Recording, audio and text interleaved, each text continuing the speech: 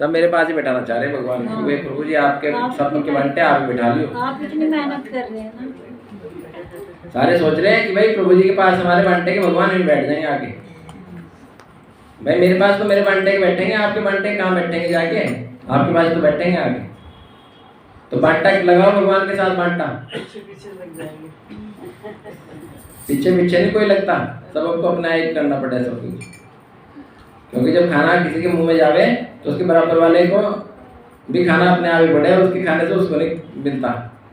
तो इसलिए अपनी सुरक्षा, अपना हिसाब किताब सबको अपने आप ही करना पड़े। तो गाओ, गालो गालो। और तो एक घंटा है आपके पास, तो उसके बाद कौन देखने आ रहा कि गा रहा नहीं गा रहा कोई, है ना? गाओ। लागत है मोहे चारों रघुवर, लागत है मोहे चारों, लागत है मोहे चारों रघुवर, लागत है मोहे प्यारो। सुंदर बदन कमल दल लोचन, सुंदर बदन कमल दल लोचन, पीतांबर पटवारो, पीतांबर पटवारो। मोर मुकुट मकराकृत कुंडल, मोर मुकुट मकराकृत कुंडल, कर में मुरली धारो, कर में मुरली धारो। संग चक्र गदा पद्म विराजे, संग चक्र, संग चक्र गदा पद्म विराजे, संग चक्र भक्तन को रखवारो, भक्तन को, भक्तन को रखवारो। लागत है मोहे चारों रघुवर, लागत है मोहे चारों, लागत है मोहे चारों रघुवर, लागत है मोहे प्यारो, लागत है मोहे चारों रघुवर, लागत है मोहे प्यारो। बोलो गिरधर लाल भगवान की जय, आदरण लाल की जय, नंद के लाला की जय। लागत है मोहे चारों रघुवर, लागत है मोहे प्यारो।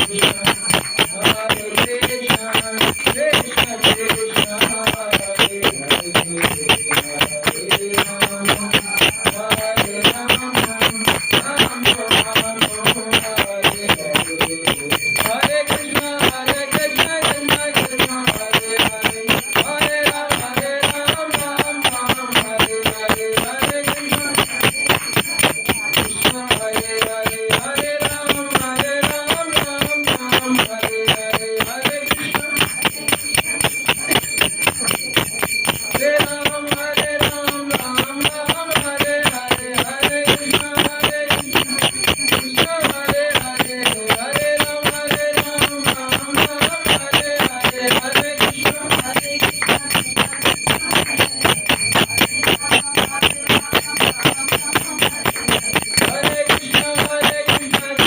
कृष्ण हरे हरे, हरे राम राम हरे हरे, हरे कृष्ण कृष्ण कृष्ण हरे हरे, हरे राम राम हरे हरे, हरे कृष्ण कृष्ण कृष्ण हरे हरे, हरे राम हरे हरे हरे, कृष्ण कृष्ण कृष्ण कृष्ण हरे हरे, हरे राम हरे गोपाल जय जय, गोविंद जय जय, गोपाल जय जय, गोविंद जय जय, गोपाल जय जय, गोविंद जय जय,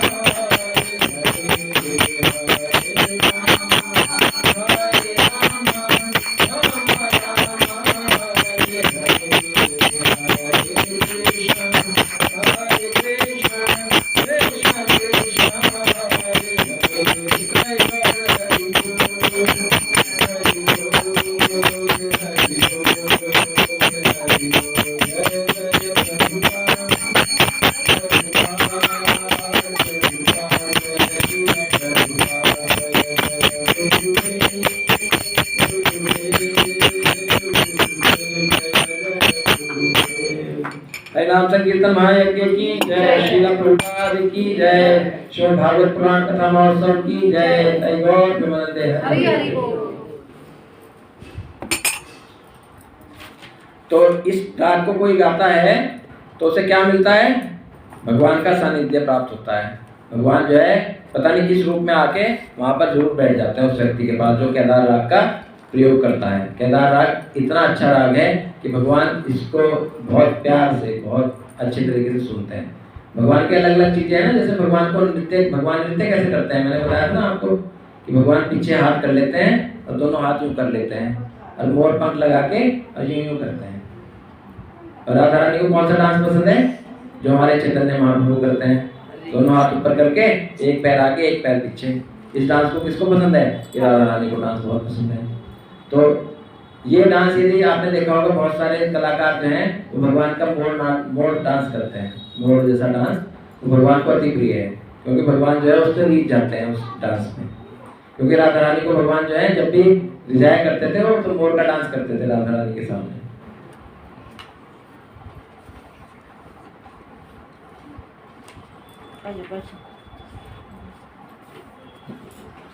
तो अब हम जो है श्रीमद् भागवतम की आज के दिवस की अंतिम दिवस, विश्राम दिवस की कथा में प्रवेश करेंगे।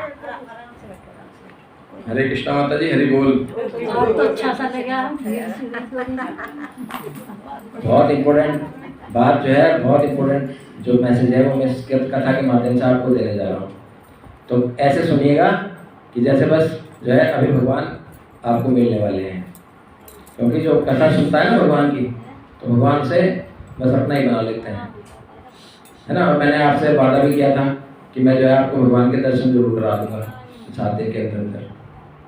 तो कई लोग तो सपने में आप ही छुपे होंगे भगवान। आए किसी के? सच बताना, झूठ नहीं बोल।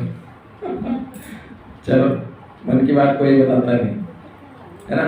कोई साधु ये सपने में आ जाए, कोई संत सपने में आ जाए और भगवान सपने में आ जाए तो बताना नहीं चाहिए, ठीक है। तो इसलिए मैं मानता हूँ कि सबको ही भगवान सपने में मिलते चुके हैं। तो आज हम जो है तुलसी महारानी की कथा को सुनेंगे। तुलसी महारानी का कैसे प्राकट्य हुआ, कैसे धराधाम पे आई तुलसी महारानी, और तुलसी के क्या रहस्य हैं, तुलसी इतनी पवित्र क्यों है, तुलसी को भगवान ने इतना जो है, तुलसी के पौधे को भगवान ने इतनी विशेषताएं क्यों बताई। तो इस संसार में ना बहुत सारे पेड़ पौधे हैं, पुष्प हैं, फूल हैं, कुछ डैम फूल भी हैं। फूल के साथ पुष्प, कुछ डैम फूल भी हैं। डैम फूल मतलब मूर्ख। तो ये मतलब एक पंच है किस्म से, ये इसको अन्यथा मत लेना आप लोग। तो जो ये तुलसी महारानी का पौधा है, ये बहुत ही अद्भुत पौधा है, बहुत ही पवित्र पौधा है, बहुत ही उत्तम प्रजाति का पौधा है जो भगवान को अति प्रिय है। इसका एक श्लोक भी आता है शास्त्रों में, सभी लोग दोहरा सकते हैं मेरे साथ। पुष्पेषु तुलना पश्य, पुष्पेषु तुलना पश्य, नाशो ददो देवेषु ना मुने, नाशो ददो देवेषु वा मुने, पवित्र रूपा सर्वासु तुलसी सा च कीर्तना। तो सभी पौधों में ये परम पवित्र भक्ति महारानी तुलसी महारानी का पौधा है, जिसका प्राकट्य जो है एक मनवंतर में ब्रह्मवत पुराण में बताया जाता है कि तुलसी महारानी की कथा आती है। एक मनवंतर के ब्रह्मवैवर्त पुराण, जो पुराण बताया ना मैंने, 18 पुराण के पुराण है, उसके अंदर ब्रह्मवैवर्त पुराण नाम का एक पुराण है, उसके अंदर इसकी कथा आती है, जो कि नारायण भगवान नारद जी को बता रहे हैं कि एक बार की बात है कि ये जो भगवान की पटरानी है कौन कौन है? यमुना जी, गंगा जी, सरस्वती जी, है ना, और आपका रुक्मणी जी, सत्यभामा जी, है ना, ये सब लोग क्या हैं, ये भगवान की पटरानियां हैं। लक्ष्मी जी, है ना। तो एक बार क्या हुआ, गंगा, सरस्वती और लक्ष्मी जी, ये तीनों जो हैं भगवान के पास, भगवान के धाम में थी। तो इसमें जो सत्यभामा है, उनको ये डाउट हो गया कि भगवान जो है लक्ष्मी और गंगा जी से ज़्यादा प्यार करते हैं। अब ये डाउट हो गया, डाउट होने के बाद उन्होंने क्या करा, भगवान को कुछ कड़े शब्द बोल दिए। अब भगवान को कड़े शब्द कोई सोच भी नहीं सकता, भाई भली पत्नी है उनकी, परंतु कड़े शब्द तो भी बोलने चाहिए ना। अब बोल दिए किसके सामने, भगवान के सामने नहीं, अपनी जो पटरानियां उनके सामने सत्यभामा ने कह दिया कि भगवान पता नहीं क्या सोचते हैं, अपने आप को ज़्यादा बड़े बनने लगे, इन दोनों को ज़्यादा महत्व देते हैं, मुझे मेरे बारे में सोचते नहीं। ऐसी ऐसी बातें उन्होंने इसके सामने कर दी, लक्ष्मी और गंगा के सामने कर दी। तो इस बात से क्या हुआ, भगवान तो जो होते सो होते, क्योंकि भगवान जो है ना कभी भी किसी को मतलब एक भाव से ही देखते हैं। भगवान कभी भी किसी को ज़्यादा किसको कम, इस तरीके से भगवान देखते हैं। तो भगवत गीता में एक श्लोक भी आता है, सम्मोहम सर्वभूतेषु न द्वेष्टि न प्रियः, कि मैं जो है सारी की सारी पृथ्वी है, उसमें जितने भी जीव जंतु हैं सबको मैं एक ही दृष्टि से देखता हूँ, उसमें एक समान भाव से उनको कृपा प्रदान करता हूँ, उनके अंदर में एक स्वरूप, आत्मा का स्वरूप जो है भगवान का, उसी तरीके से मैं वास करता हूँ। ये नहीं कि किसी के अंदर बड़ी आत्मा और किसी के अंदर छोटी आत्मा। तो भगवान की जो आत्मा, भगवान जो अपनी आत्माएं भेजते हैं इस पृथ्वी के लोग पे, हर एक जीव आत्मा के अंदर जो उपस्थित होती है वो भगवान का क्या है, अंश है। तो भगवान जो है, ये तो नहीं हाथी में बहुत बड़ी आत्मा भेज दी और एक चींटी में बहुत छोटी आत्मा भेज दी। भगवान की तो आत्मा जो भगवान के धाम से निकलती है वो सब में एक ही समान होती है ना। तो इस कारण से भगवान जो है एक भाव से सब पे कल्याण करते हैं। अब सूर्य जो है भगवान की आँख है, वो सबको जो है क्या कर रहा है, एक भाव से ही तो प्रकाश दे रहा है, कि अमीर को ज़्यादा दे रहा है या गरीब को ज़्यादा दे रहा है या कम दे रहा है, ऐसा तो नहीं कर रहा ना। नदियाँ जो हैं सबको एक समान भाव से ही जल दे रही हैं, उसमें कोई स्नान करता है तो उसको समान भाव से ही कृपा मिलती है, चाहे वो अमीर कर ले, चाहे गरीब कर ले, चाहे काला कर ले, चाहे सफेद कर ले, तो सबको कृपा क्या समान भाव से तो मिलती है। और ये सब क्या व्यवस्था है, भगवान की व्यवस्था है। तो भगवान किसी के साथ भी निष्पक्ष नहीं होते, भगवान कभी भी किसी के साथ हेर फेर नहीं करते, है ना। तो केवल वो जो है सबके साथ एक भाव में सब रहते हैं, सम्मोहम सर्वभूतेषु। तो ये बात सुन के जो है लक्ष्मी महारानी जो है वो भगवान की बिल्कुल हर टाइम जो है चरण दबाती रहती है। भगवान विष्णु के देखा होगा आपने, तो उनमें थोड़ा सा ज़्यादा उस टाइम ज्ञान उत्पन्न हुआ और उन्होंने जो है, उन्हें बहुत बुरी बात लगी ये बात, तो उन्होंने जो है उनको श्राप दे दिया, किसको, सत्यभामा को, कि तुम जाओ और इस पृथ्वी पे, और सरस्वती को, ये सत्यभामा नहीं है, ये सरस्वती हैं, गंगा सरस्वती और लक्ष्मी जी की बात चल रही है। तो जो सरस्वती हैं वो भगवान पे आरोप लगा रही हैं कि ये जो है भगवान जो है गंगा और लक्ष्मी जी को ज़्यादा चाहते हैं और मुझे नहीं चाहते। तो लक्ष्मी महारानी ने बात सुनते ही क्या कहा, क्योंकि तुमने भगवान के बारे में ऐसा बोला, तुम्हारी इतनी हिम्मत, तो मैं तुम्हें श्राप देती हूँ, जाओ तुम पृथ्वी पे जाओ और द्रवित हो जाओ, पानी के रूप में बहने लगो।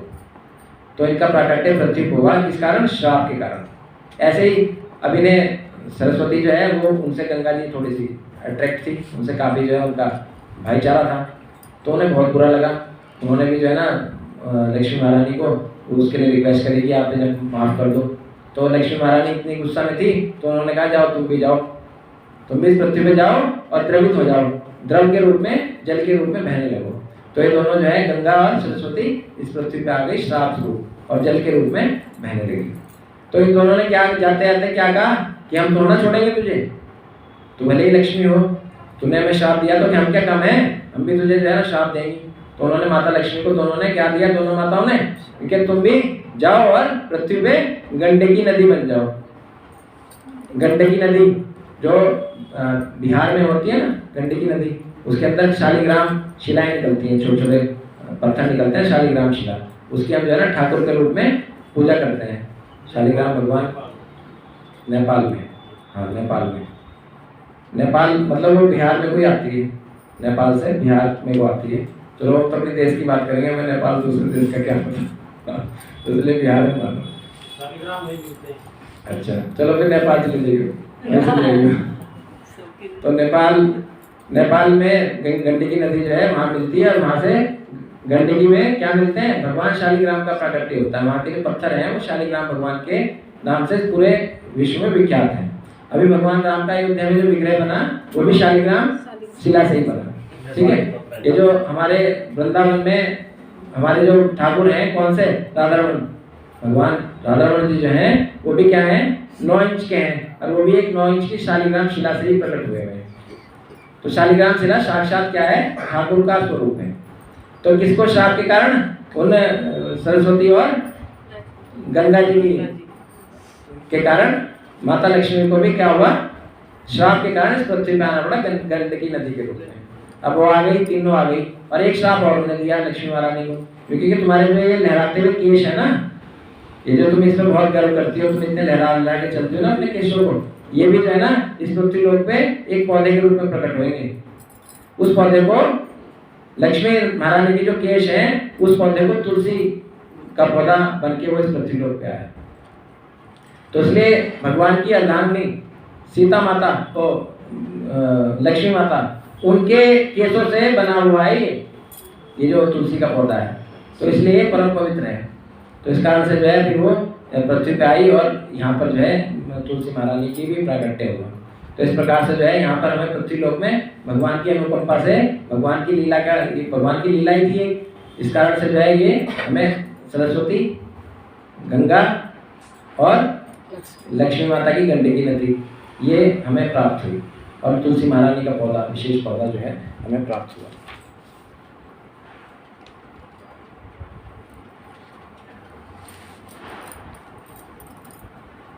तो इसलिए जो है ना शालिग्राम और जो उसका तुलसी विवाह होता है, तो ये लक्ष्मी नारायण का ही विवाह है,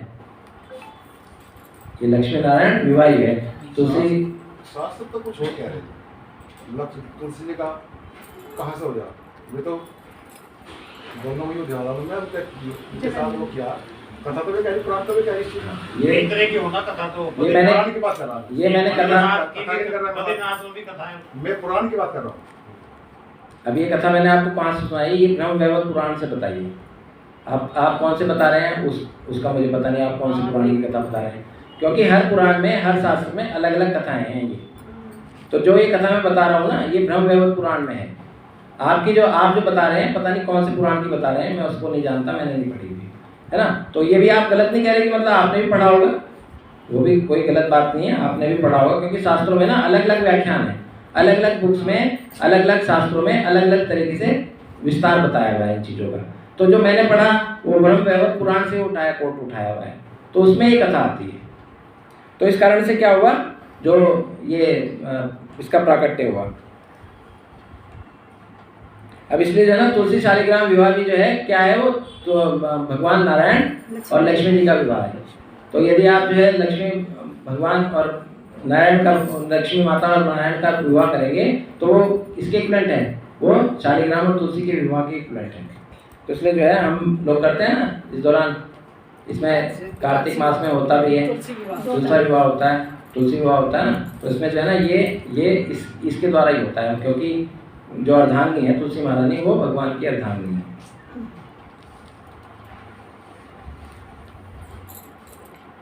तो इसलिए जो है ना भगवान के बहुत सारे नाम हैं, तो उन नामों के कारण जो है ना राधा रानी के बहुत सारे नाम हैं। परंतु जो है ना यदि हम राधा कृष्ण, भगवान कृष्ण और राधा रानी का जप करते हैं, जैसे हमारे कृष्ण मंत्र का करते हैं जाप, हरे कृष्ण कृष्ण कृष्ण हरे राम राम राम हरे, तो हम सारे के सारे जो भगवान के जितने भी नाम हैं, जितने भी अवतार हैं, सबको क्या कर लेते हैं, उसमें याद कर लेते हैं हरे कृष्ण मंत्र में।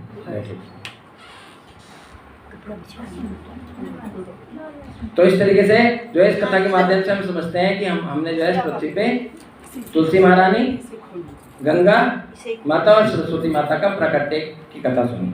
अब हम जो है तुलसी के बारे में कुछ विशेष जो रहस्यपूर्ण बातें हैं उनकी चर्चा करेंगे।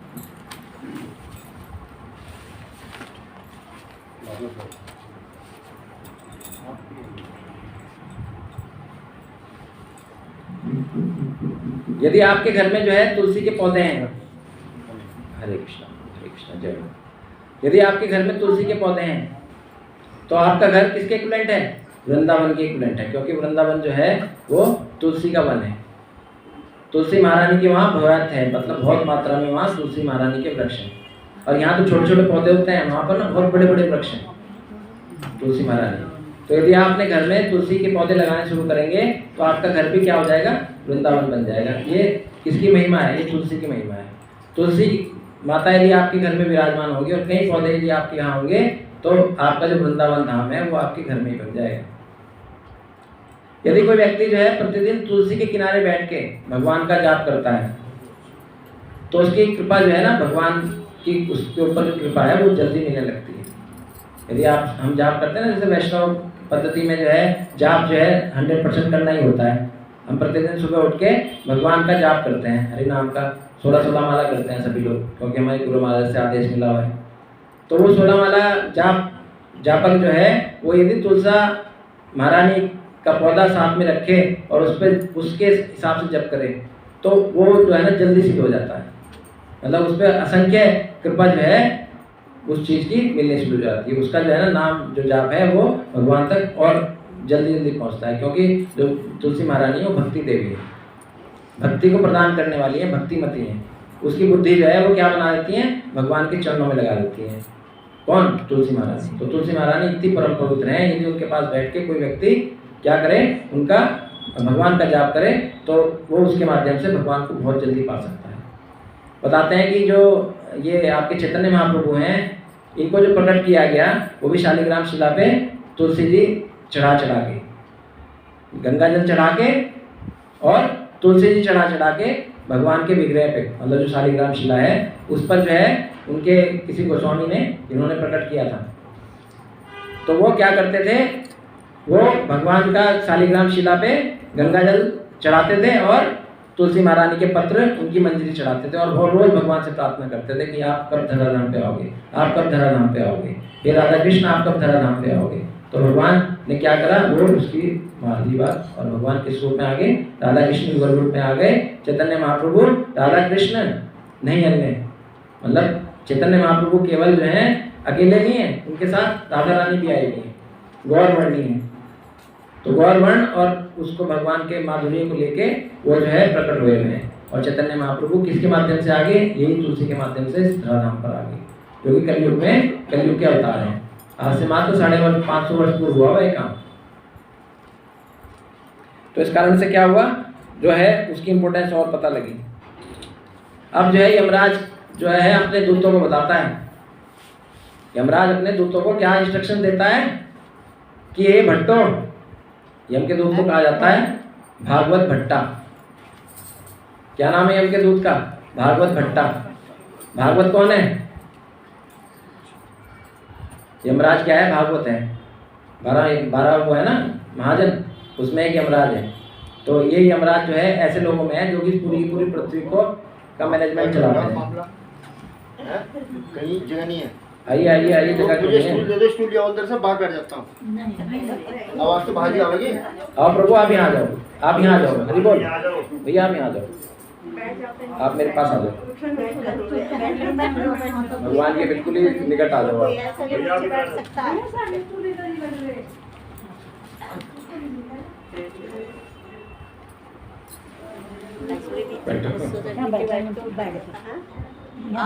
अभी जगह नहीं है, यहाँ भी चार भक्त यहाँ आ जाएंगे अभी। तो 4 भक्त यहाँ आ जाएंगे अभी। बैठे रहो आप, बैठे रहो, हो जाएगा। स्टूल, ये वाला स्टूल जो है ना, यही जो स्टूल रखा है इसे रख दो यहाँ को। हरे कृष्णा कृष्णा कृष्णा हरे हरे, हरे राम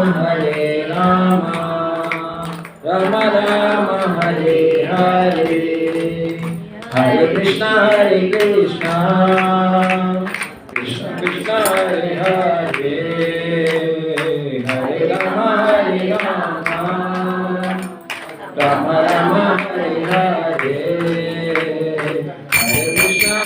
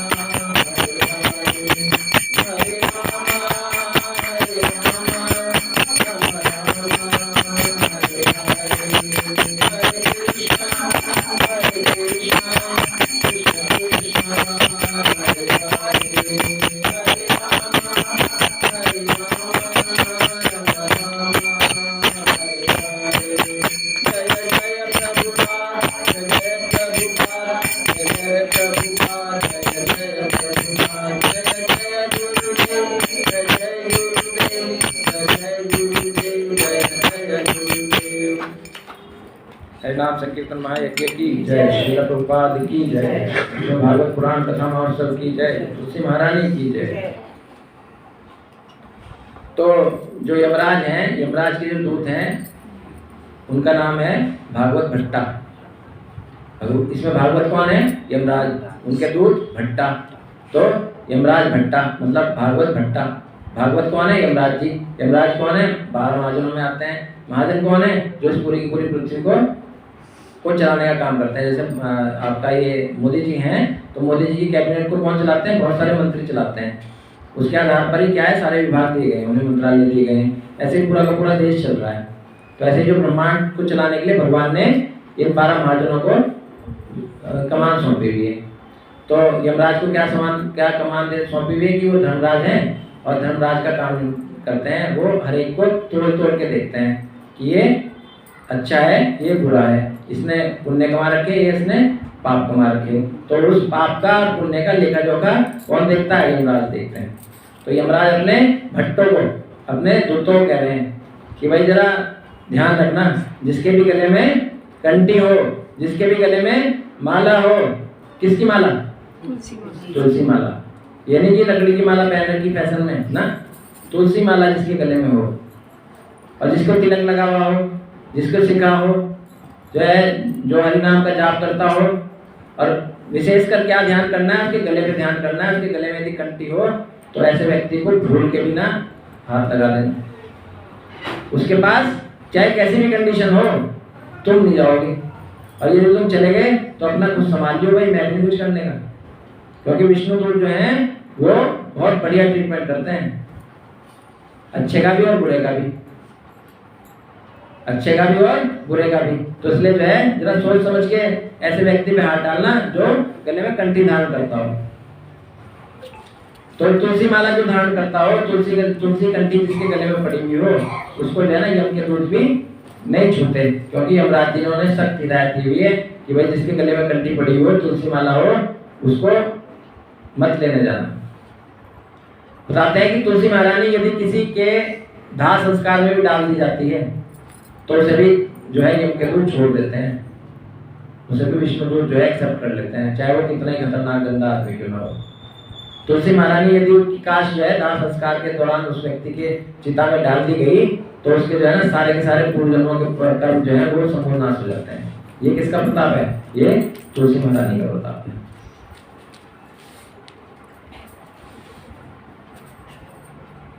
हरि भक्ति विलास में स्कंद पुराण में ये श्लोक आता है,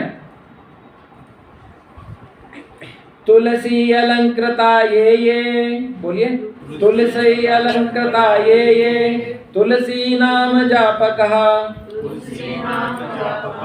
तुलसी वना पलाटो ये तज्जाता दुरुत्यो भटा। तो ये जो है ये यमराज के द्वारा ये भाव ये बात जो है ना बोली गई तुलसी महारानी के विषय में। तो हमें क्या करना चाहिए? हमें सदैव जो है तुलसी महारानी को कंठ में धारण करके रखना चाहिए। उस पे हमेशा क्या होगा? उस पे जो है हमेशा भगवान की कृपा बनी रहेगी और यम के दूत उससे कोसों दूर रहेंगे, वो कभी आने के। बताया जाता है कि कोई व्यक्ति यदि गले में कंठी डाल के अपने बाथरूम में स्नान करता है ना, जल को जो डालता है ऊपर और उसका जल जो है उस कंठी से उसके और शरीर के दूसरे एरियो में जाता है, तो उसे अपने बाथरूम में ही बैठे बैठे कई तीर्थों को में स्नान करने का फल प्राप्त हो जाता है। ये किसका प्रताप है? ये तुलसी महारानी का प्रताप है। तुलसी इतनी परम पवित्र है कि यदि वो पड़ जाए गले में और उस पर कोई स्नान कर ले उसको, तो वो उसको क्या फल मिलता है? कहीं स्नान करने का, कहीं तीर्थों में स्नान करने का फल उसे वहीं घर बैठे मिल जाता है। और एक वैष्णव तो क्या करता है? वो तो हर वक्त गले में कंठी धारण करता है। और एक वैष्णव प्रतिदिन कितने स्नान करता है? 3 बार स्नान करता है। अब 3 बार स्नान करने से उसने पर डे क्या करा? पर डे जो है कई कई तीर्थों का में स्नान करने का उसे फल मिल गया। अब बताते हैं कोई जो वैष्णव तिलक धारण करता है ना, उस तिलक धारण करने का जो फल है वो